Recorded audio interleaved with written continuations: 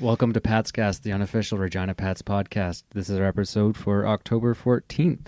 I'm Matt. I'm Chris. And we are a proud member of the Saskatchewan Podcast Network. The Vancouver line sent it for Dubinsky, and he scores! What a move to go forehand for his first! Blue line and Dylan Cousins to center. He's blown up by Robbie Holmes at a great hit, and now he's going to fight. Big rights from Robbie Holmes at center ice to the face of Jet Jones. Great tilt for Robbie Holmes. What a hit and what a fight! Harry and Matt here. A few great interviews from Chris again, splicing them into the spots that work best, but we will get better at integrating them in. But sorry if it sounds choppy this time. Also, I think I finally got streaming figured out. It'll be legit with the sound coming from the mixer right to the live stream, so check that out in the upcoming weeks. Enjoy this episode. Seems like a bit of a broken record from last week, but here we are, sitting at another winless weekend. Yes, but I think the efforts were even better than before. Yeah. I don't think we're discounting the efforts here at all. I don't feel like we are. No. I don't think we're poo-pooing them at all. We just can't finish, and we're just in a hole on Sunday that we couldn't get out of. We were close there. We could have. Yeah. That was winnable. But well, let's be fair. Edmonton's was winnable. Yeah. The Tuesday game. True. Even Vancouver was winnable. Yeah, they scored late. It was a 3-2 game. Yeah. Something's just not working. And I think the frustrating thing for us is coming into this year,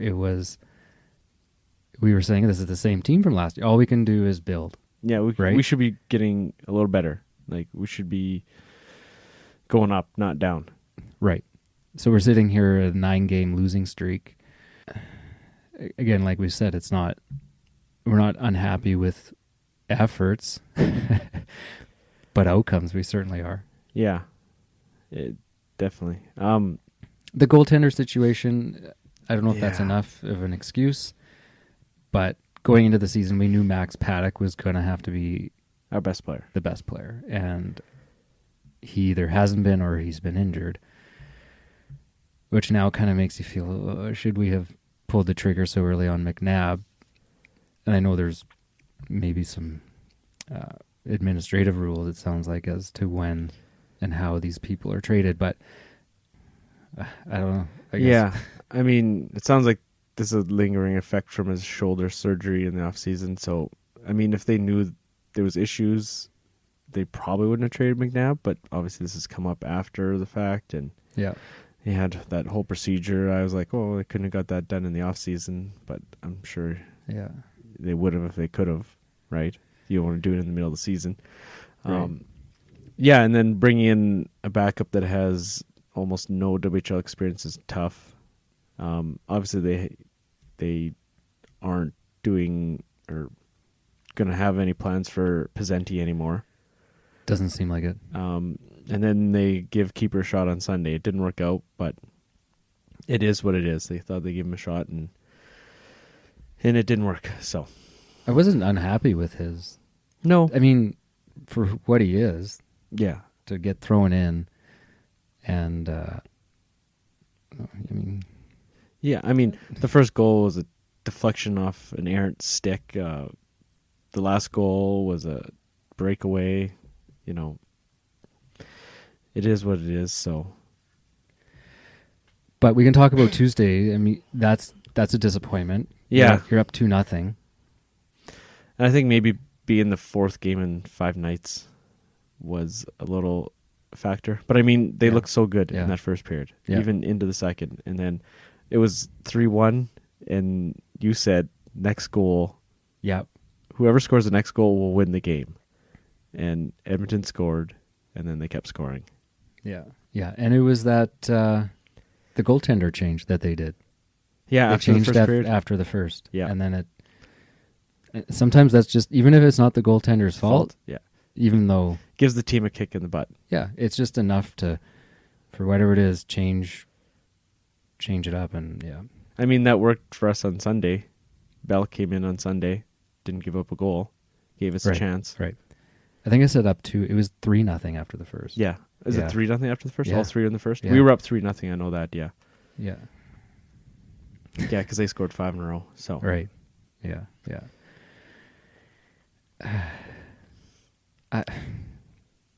Yeah. It's tough. Yeah, and then you get Vancouver coming in, end of their road trip, 6th game out here, and this is a chance. I didn't think it would be as winnable, but because they are good Right, they're good, but they were playing their 6th game in 8 days. in 8 days, And I a didn't realize it really was 8 kind of days. wonky, weird schedule they played. They played, I think a Wednesday. Didn't they play they played some funny games this time? Okay, well, I heard they spaced out of Regina, so they came to Regina, and I think they were going to and from Oh, places. They didn't travel around per got se. it. Okay, They came to That's Regina, a- kind of home base thing. yeah, that's a good idea. Because they were up in PA, Saskatoon,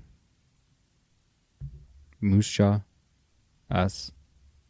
And did they get out? Yeah, they would have done Winnipeg and Brandon as well. Yeah, So yeah, that's just interesting. I don't know what the order was, tactic. but Yeah. Started off. I mean, unfortunately, I was up in Saskatoon for Thanksgiving. I didn't get to see this game live. I just finished watching it. well, I don't think many people saw this game. Oh, The crowds were pretty rough on Were the they? weekend. I mean, it's Thanksgiving, especially on Sunday game. It was, but Sunday at 4:00, nobody's gonna come out to that, right? well, that one was Saturday. Yeah, that was, but I mean, the Sunday was even worse. Oh, okay. Yeah. But looking back at it today, and I watched it, overall, it was, and people have commented that it was one of the best games of the year, Yeah. effort-wise. Yeah, Struch said it was the best game of the Yeah, year. and you're looking at Vancouver. I was looking at them ahead of the game. They have, 5 drafted players. Both of their goaltenders are NHL drafted. You have Bowen Byram. You have Sourdiff, who's coming up as one of the Top-rated 17s. top-rated skater, and then a couple other guys on their team that are drafted, and none of our players are. Yeah. It was good to see Evans get a goal. That was a Mhm. nice little pinch that he did. I don't With think Byram on the ice. Yeah, I don't think that pass was to him per se, but he made it to him and Yeah. he scored on it. Yeah. So that was it was great to jump up in the play there. Dubinsky got his first. Yeah, that was Someone- a real nice move. Yeah, really by nice. Dubinsky. Wright made a nice play to get it to him. Something we've been waiting to see because we saw those flashes in sometimes last year and then preseason for sure we saw it, and everyone was, some of the talking heads of the Pats were pumping his tires quite a bit. They were expecting big things from him. We haven't seen it yet. Maybe this is enough to get him going. And it looked like it was a well played game. Lots of shots. Yeah. The shot count. I mean, coaches will say, well, shots doesn't matter. I mean, if you're just shooting it and you're not getting the rebound, it's not a big deal. But at this point, it's still nice to see, I think. Yeah, it shots, maybe aren't always indicative of the play, No, but I no. mean, it will be indicative of the play sometimes, and it was, and I think we outplayed them the first and second periods. When you're going previous games with 1 or 2 shots a period, Yeah, it's still a step in the right direction. exactly. Yeah. Byram's goal was Okay, so I thought it was his goal. They credited to somebody else. Did they? Over the loudspeaker, like in the rink. So I don't know if it got tipped, and I didn't go back and watch the replay. So I didn't. I saw it Okay. live, but I didn't see any replay. And Okay. yeah, I was like, ooh, it was nice. It looked pretty decent, but you said it's even better. the original. Yeah, the broadcast credited it to him, and I maybe tipped a little bit. I don't know, but it was a nice shot, regardless. Okay. Yeah, and we had some interviews. You talked to Struch. He was really happy with this game. Yeah, he was. He was just like, it was finally a full 60-minute effort, unlike the other games where we've been going 30, 40 minutes. Yeah. So he's really happy with that. And same thing with Lethbridge. He was really happy with that one as well. And, I mean, it went right down to the wire. We had a chance right at the very last second of the game. Like, we had a shot on net. Or I think it maybe that squeaked wide with right at the buzzer. So Yeah. we played right to the whistle. I don't think the effort was quite as good against Lethbridge, but I think maybe that's more with Vancouver being so maybe tired Yeah. compared to Lethbridge. Lethbridge was in there 3-3. That's and true. I did get to see them play, and so I went to a game in Saskatoon on that Saturday, and they had a pretty tough game in Saskatoon. It was a little bit rough.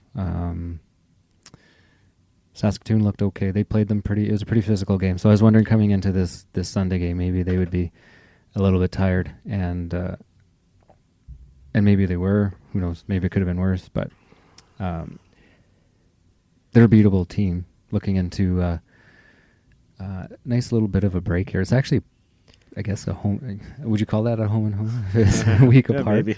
But going back to Lethbridge, they're winnable. It's a winnable game, I think. Especially if you consider we've got getting set off back this weekend. I think was really good. Yeah, I don't think where you really know, or you don't maybe appreciate him as much as you should until you realize when he was gone. Because he's definitely, I think, maybe our best defenseman. Yeah, fair enough. And then you add Zach from Brandon there, and with both them coming in on Friday, it made the back end much stronger. And Struch alluded to that. Were they paired together? I don't think so. Okay. So, thoughts on your first game with Regina here? Yeah, it was an exciting game. I thought we were in the game the entire time. 3-2 finish. Obviously, I think we had a lot of power plays to start off the game, and unfortunately, we had a lot of good opportunities. Just none of them found the back of the net. But I think overall it was a fun game. Got my feet wet and a little more comfortable with everything, and it was an exciting game for sure.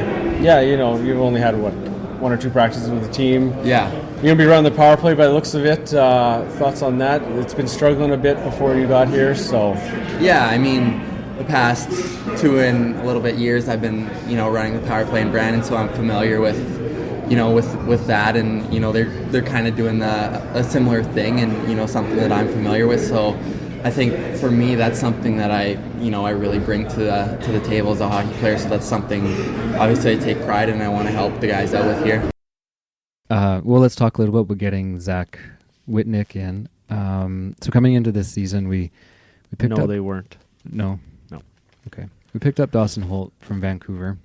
He's a former 8th overall pick, so first round 8th pick from Vancouver. Just never really seemed to put up the stats or meet the expectations that I think they probably had. Did have a nice playoff run last year. Really 7 or 8 goals. More than he had in the regular season. Yeah.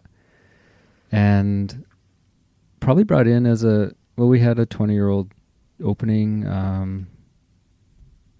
Probably brought in for that leadership, a little bit of experience. We saw the first game. Didn't we not see some points from him? Yeah, with Cole and Pratt. Yeah, that line. Yeah. And I think things kind of... It just didn't continue on for him. And when you look at it, you see the trade with Vancouver had a conditional pick attached to it. We're not privy to what that condition is. Was it after, I don't know, if he plays 15 games or does 20 he games? Does he make the trade or the 20-year-old deadline kind of thing per se? Yeah, because the 20-year-old deadline was... The 10th. Right. So it was so close to that you're thinking, well, maybe it was something to do with some condition based on that. Who knows? Yeah, maybe they were like, okay, well, he's not working out. Do we just cut bait now before we have to give up another pick and go another direction? Yeah. So, but I mean, either way, making this not trade, but the releasing him and picking up Zach, I think worked out in the end here. Yeah, I mean, you weren't getting the production from him that the you offense. wanted. Yeah. If you're using a 20-year-old slot, you want something out of it. Right? Yeah, you need some production. So, granted, he was probably a good guy, and he had probably that leadership, being a 20-year-old and coming from a champion or near championship run last year. But So we replaced him with a good, strong defenseman. Last year had 5 goals, but 38 assists with Brandon. He leads the power play. He's kind of someone you can bring in and help with either PP1 or PP2 or however you want to do it. PP1, he's out there. Is he? Okay. Yeah, he's out there right away. Right, and then we've seen Setoff out there, so that's someone he can learn from this year. Yeah. It seems like a good idea. It's unfortunate, again, you had to essentially cut a guy, and that's probably tough on him, but I don't know. Best game of the year. We achieved every category in our objectives. We have to have that same energy, that same effort, same execution tomorrow. It was so good. I mean, you can only say it so many ways. They did a fantastic job, start to finish. It was the 40 to 50 minutes that we've been playing every game this year for 60 minutes. And they deserve to keep their heads up and feel good about themselves, because we get to play hockey again tomorrow. And if we play that same way, we'll get another chance tonight. Getting Setoff back and adding Zach to the back end, that really helped out. Less minutes for the other guys. Execution with the puck, execution without the puck. If we play like that and we make mistakes, we're fine with it. We just eliminate some of those mistakes. But with those guys, it really allows us to generate a lot more with the puck and keep the puck a lot longer and defend better. And it kind of brings me into the next discussion too. It's more of a pro sports sort of discussion, but when you see a team at 1-9, people start talking about leadership changes and coaching changes. I don't really like to talk about it. I don't think I'm qualified enough to say, oh, Struch should be gone, or I mean, these are real people and we're not really experts in our own respects. So to say that he should be, I don't know, but you do see the talk starting now. Yeah. But the question I have to that is does he have the tools? Should we be expecting more? Would a coaching change make a big difference right now? Like when you look at the team and who we have, who's our highest pick? You have how the team was built in these press releases. I think now that Holt's gone, our highest pick is a third for active players. Yeah, I think so. But I mean, Zach Wytinck comes in, and he's a second career leading scorer on the team now. Yeah. Like a defenseman that scored 5 goals last year. Yeah.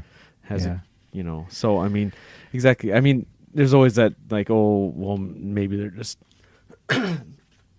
not, tuning the coach out and not accepting the message and stuff like that. But I mean, the effort is there. That's the thing. Right. If the team looked terrible and just, well, they do look a little terrible, but if they but the effort, the outcomes are terrible. Yeah. But if the efforts were horrible, I would hope there would be that change. But then, if you do, who's going to come in? I know Is Paddock going back, or are you bringing up Haroff? I mean, and always changing the coach always will get that spark maybe for a week or two, but then does it just go back to the same old, right? Right. So, I mean, okay, so you look back at this, how they were built, and Blake Allen is the highest picked player on our team. Oh, sorry. Well, no, yes, Setoff is a second rounder, but he's the import, right? Yeah. But Blake Allen, I mean, he's like a fourth liner, right? He's not. Yeah, so we're not working with kind of that organic talent. Yeah, there's a lot of double-digit rounds and undrafted guys. Yeah. So now the next question is, and it gets talked about on Twitter,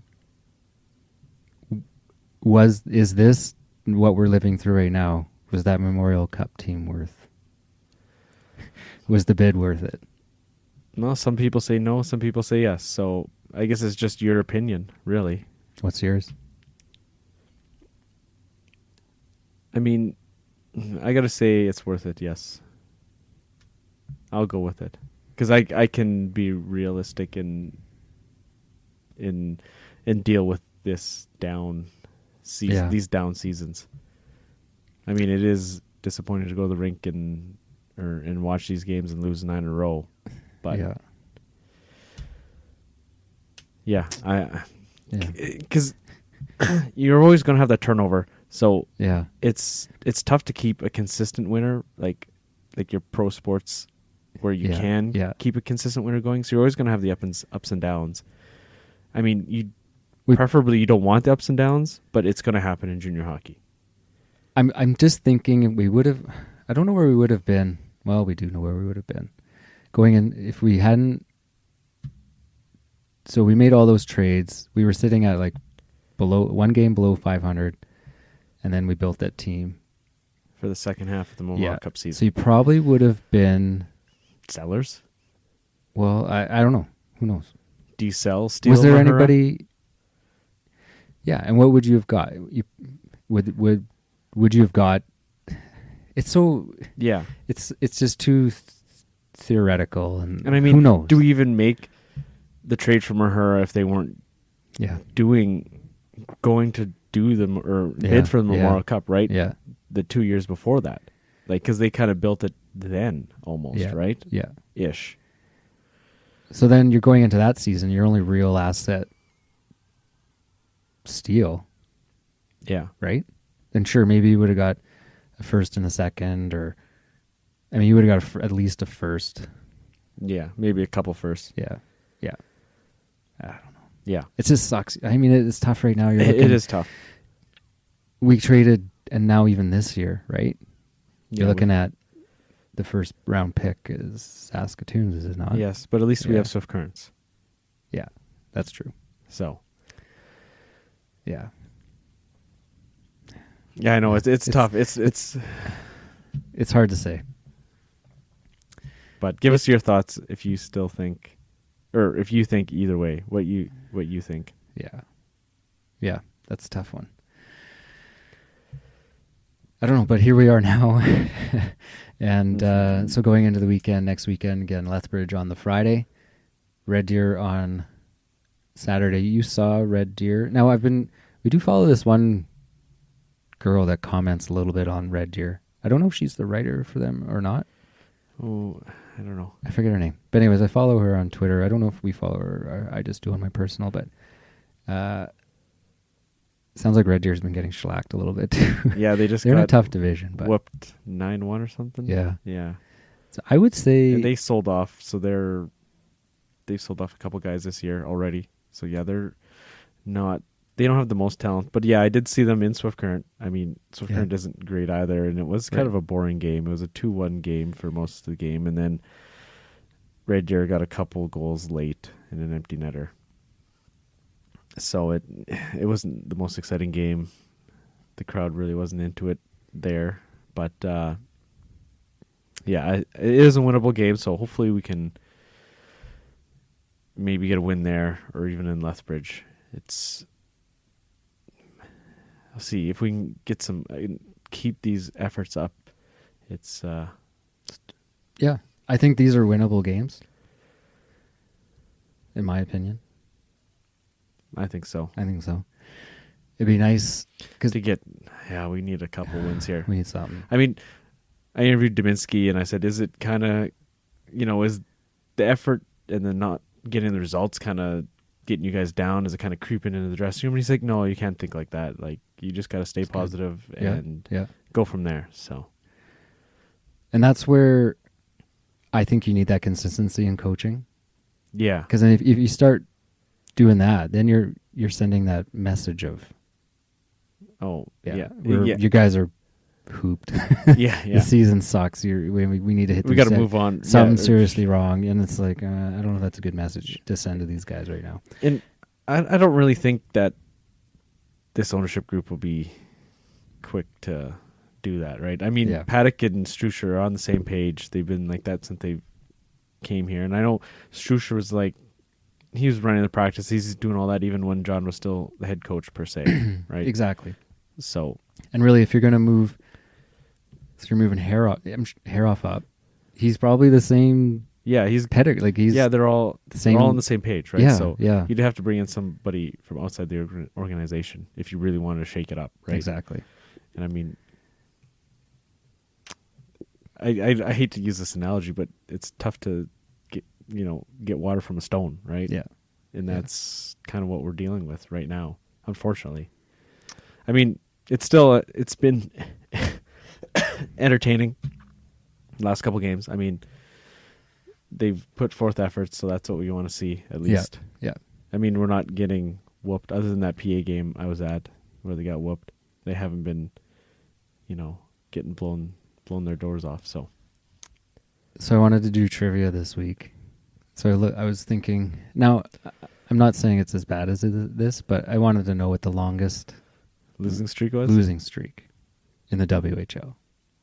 I don't know, like 25 games. 25. Okay, well, I'll give you the team. Unfortunately, it's the Pats. Yeah. Okay. Yeah. Okay. I remember. I've seen I think the stat. I think we might have talked about this with Kevin.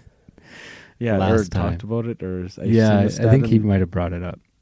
So I'll give you the Pats. You don't have to pick the year, but it's longer than what you just originally said. Okay. So I'll do this read while you guys think. The Saskatchewan Podcast Network is supported by Connexus. Wellness, however you define it, is achievable. You don't even need to figure it all out yourself. Talk to Connexus. They give you guidance, motivation, and the push you need to reach your goals. They're your financial partner, and they know you can achieve your very best, your financial best. Prove them right. Start at Connexus Credit Union. Okay. So the longest winless streak ever in the WHL was 36 games by the Regina Pats, October 23rd through January 23rd. That's the 76-77 season. Okay, so 2 years after the Memorial Cup. Dun, dun, dun. Oh, that's coincidental, hey? That would have been 3 years, I guess. Longest winless streak on the road. Yeah, they also 36 games, so they must have won a home game in there. But that continued from October 3rd through March 27th. Yikes. Ooh, that's like the whole season. That's the whole season. 36. They didn't win one game on the road. That's true, yeah. That's 72. Yeah. Yeah. Yikes. Wow. And I wonder if that stretched over. So they didn't win for the first half of the season. So they must have won a game early in the year between October 3rd and 23rd at home, and then lost. Didn't win a home game until after the 23rd of January. Well, boys, let's keep out of the record books here. Yeah. Longest winless streak at home is between the Winnipeg Warriors, which might be another little interesting tidbit. The Winnipeg Warriors and the Vancouver Gnats.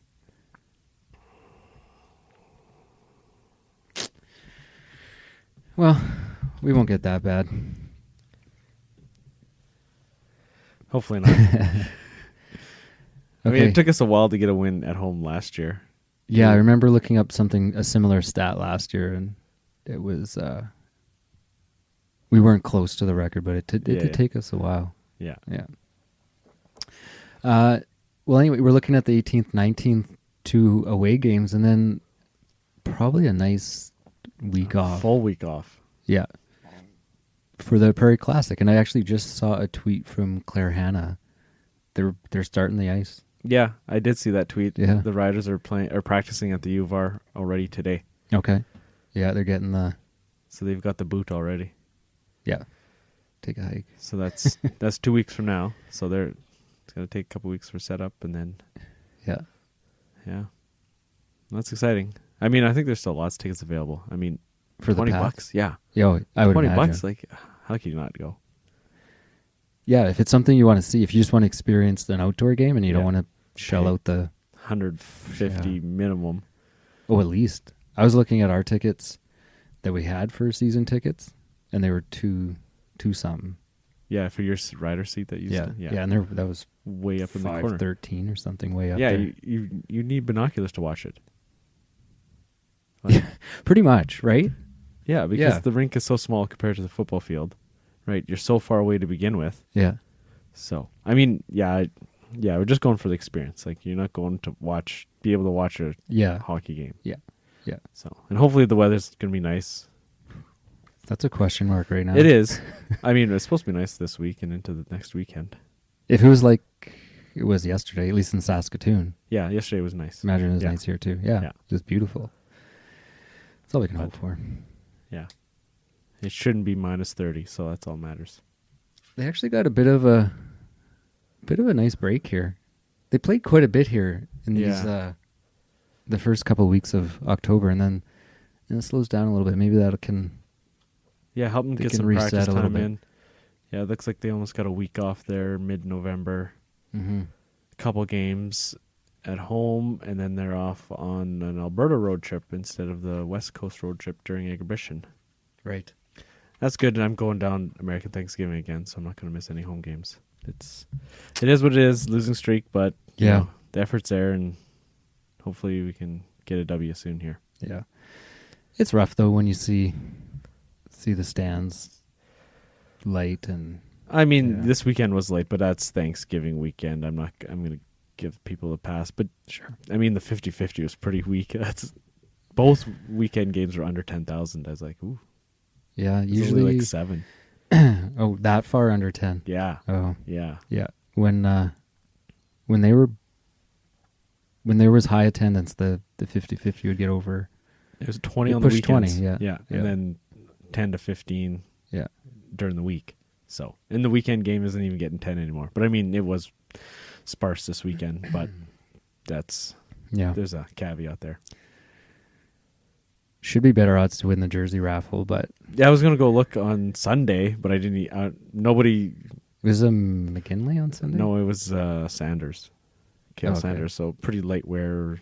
Yeah. It was only worn once or twice, but I didn't even leave my seat. I just sat there and nobody talked to. I was just playing on my phone. Oh. Nobody around. That more so one was nice. Yeah. On the Tuesday. I don't think I'll ever win one of those damn things. I should just buy one. I was up in Saskatoon. They had game worn jerseys, $100. Yeah, we saw that when we stopped in Saskatoon, but they had all the old styles. Because we asked if they had any of the new styles left. And they're like, no, we don't have any left. They went pretty fast at $50. At 50? The old style the new style was $50. That's why I bought one. It was $50, and then I put it in the WHL Game Worn Jersey Facebook group. So I think people ate that up. Because I emailed them and they're like, oh yeah, we'll ship it. So then I bought one and then I put it in the Facebook group because people are all over that. Right. Yeah. We still have some of those old. I think some of them are game worn, maybe. But the name's taken off. Well, yeah, they just had some numbers and some game ready ones. They're still there. There's still a few there. Yeah, they're probably just game ready. Yeah. But they still want 150. Yeah. Yeah, I know. And these new ones, I don't know about these new ones, so. Yeah. But okay. Anyways. Well, I have another Thanksgiving dinner to go to tonight, so we will sign off. Anything else you want to say? You're good? No, I'm good. My Thanksgiving's next week, so. Okay. Well, thanks everyone that watched on Twitter, and we'll get this episode hopefully out this evening with those interviews in, which I listened to it. They were good. We had... you said Struch, Dubinsky? Yes, Struch, Dubinsky, Wytinck. Yeah. We can throw some of the comments in. Yeah. So, we'll see you guys. Well, you know what? We won't see them at the rink. No. We'll see you at Mosaic Stadium in 2 weeks. Yeah. All right. Have a good one again, guys. Good night.